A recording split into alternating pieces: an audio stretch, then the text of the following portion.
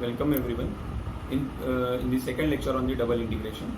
In previous lecture we have seen simple problems of double integration, how exactly a double integration problem can be solved, and we discussed only the Cartesian coordinate system problem.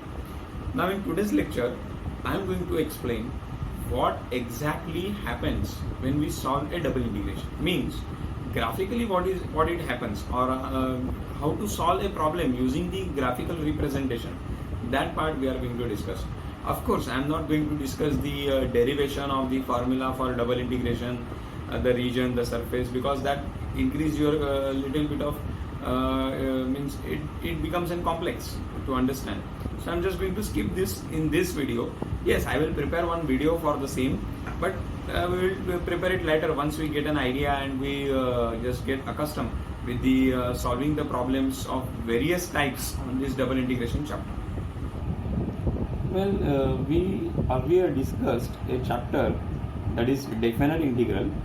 In that case, our integral is I is equal to integration from a to b f of x dx. Okay. So if we want to represent this graphically, then it is nothing but there is some curve y equal to f of x on the plane xy. Okay. And this integral is nothing but area under this curve between the limits a and b. Okay, and for that what we do is we take some width, we construct some rectangle with a height of f of x. Okay, and this is how we are going to divide the entire region into small rectangles, and the sum of these areas of this rectangle is nothing but our definite integral. This is the concept that you studied earlier as a definite integration. Now we are going to discuss the double integration over some area f of x comma y dx dy. Now what this f of xy represents? F of xy can be written in this way: z is equal to f of x comma y. That means I have three coordinates x, y and z. X and y are independent, z is a dependent which depends on the x and y. So what I am getting? I am getting a point x and y are fixed and z is depends on xy. So it means I am getting a surface in the space like this, some surface given as z is equal to f of xy. Okay. Now if this is your x-axis and this is your y-axis, we are going to have one projection of this surface in the xy plane. Okay, so this area of region, or this region of area A, over which we are going to take this integral, and this integral gives us the volume enclosed under this surface. Okay, so how this area get means this volume get constructed and all, or how it is get evaluated, that part we will discuss later. But just look at this projection. So after projection in the xy plane, what I am getting? I am getting like this. There are two curves. Okay, say y is equal to f1 of x, and another curve is y is equal to f2 of x. Then we have some limits, say a and b, like this. So this is my area under some surface. So my surface is above this area. Okay, and whatever the area is here, if I stretch it till my surface, so whatever I am getting is my volume under the surface.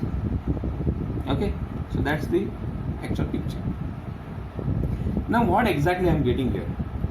So when I say the outer limits, means in the previous lecture we discussed one problem where we written the integral in this format: x is equal to a to b, some function y is equal to f1 of x to f2 of x, f of x comma y dy and then dx. So we said we will integrate with respect to y first and then with respect to x. Okay, but what exactly happens here? When I say I am going to integrate with respect to y first and then x, it means I am just going to consider a small element in this region or in this projected region on xy plane, where its width is dx and this length or say height is dy, like this. Okay. Next is when I integrate from f1 of x to f2 of x, that means I will move this small element from this curve to this curve.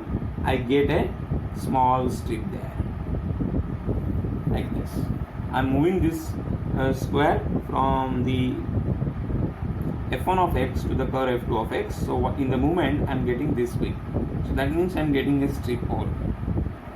And when I solve an outer integral, that means I am moving this particular strip horizontally, that is along the x-axis like this. Here it is a simple point, then slowly displacing towards the right hand side, and at the end I am getting again small point of this strip.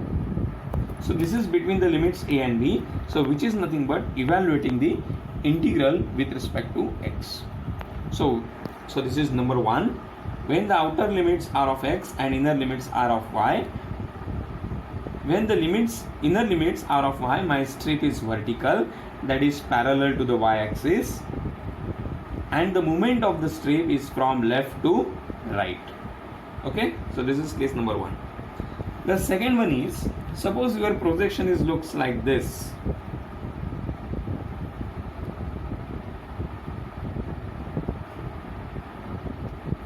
Where this one is, say the curve x is equal to f1 of y, and this curve is represented as x is equal to f2 of y,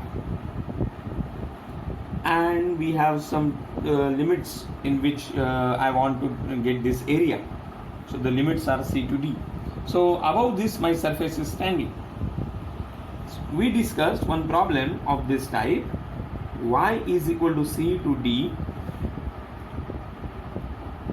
x is equal to f1 of y to f2 of y, f of x comma y dx dy. So here we integrated with respect to x first, then with respect to y, like this. Okay. Again I am going to consider a small element with the width dx and the height dy, like this. Now when I am integrating with respect to x, I want to integrate it from x f1 to f2. So this is my f1 and this is my f2. So this small element will be moved from f1 to f2 horizontally, and we get a horizontal strip, that is a strip parallel to the x-axis.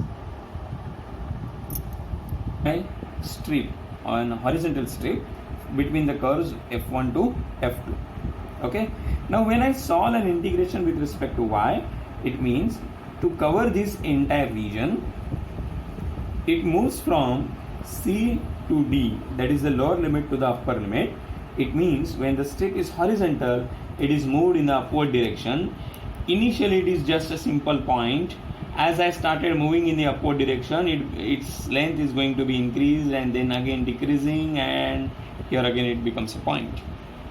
Okay, this size of the strip depends on your given region. It is not exactly 0.2, then length is bigger and then again length going to be a decreasing and we get a small point. No, it is not always. For this particular situation it happens. Okay, so then when I solve an outer integral, then my strip is moved in the vertical direction. So for this second case, you remember, when the inner limits are of y, there is a strip horizontal or say parallel to the x-axis, and the movement of the strip in the given region is from bottom to the top. Okay, so while solving a double integration, what is expected if I want to solve a problem with a graphical representation, or a problem based on the change of order of integration, or a problem based on the change to polar coordinates, whatever it is, what is given? The givens are your limits. Sometimes givens is your limits. So these limits are nothing but it is a representation of a region on a horizontal plane x and y. Okay, and your surface f of xy is exactly above that.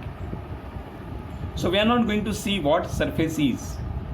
We are not going to see how the volume looks in each and every problem. No, we are concentrating on the region which are projected in the xy plane, and depending on the inner limits and the outer limits, we will decide whether the strip is horizontal. If it is horizontal, then its movement is bottom to the top. If it is a vertical, then then movement is from left to right, and so that we can locate our region of integration. So this is the basic idea behind the problems on the double integration.